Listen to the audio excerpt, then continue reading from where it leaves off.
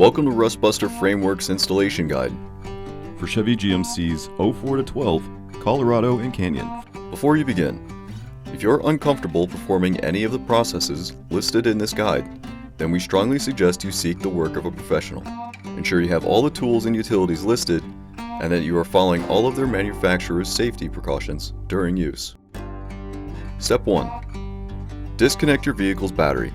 Inspect for potential fire hazards such as leaking fuel lines and engine components. Repair or remove these before starting. Finally, clear the work area of any safety hazards. Step 2.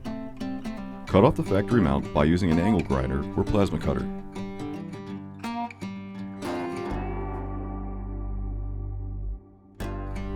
Followed by grinding the frame clean and free of rust and debris, revealing bare metal.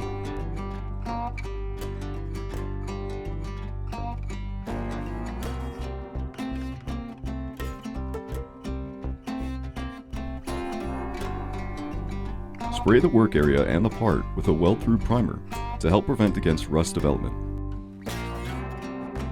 If you have installed RB7503, line up the alignment holes in the mounts to the holes to the part.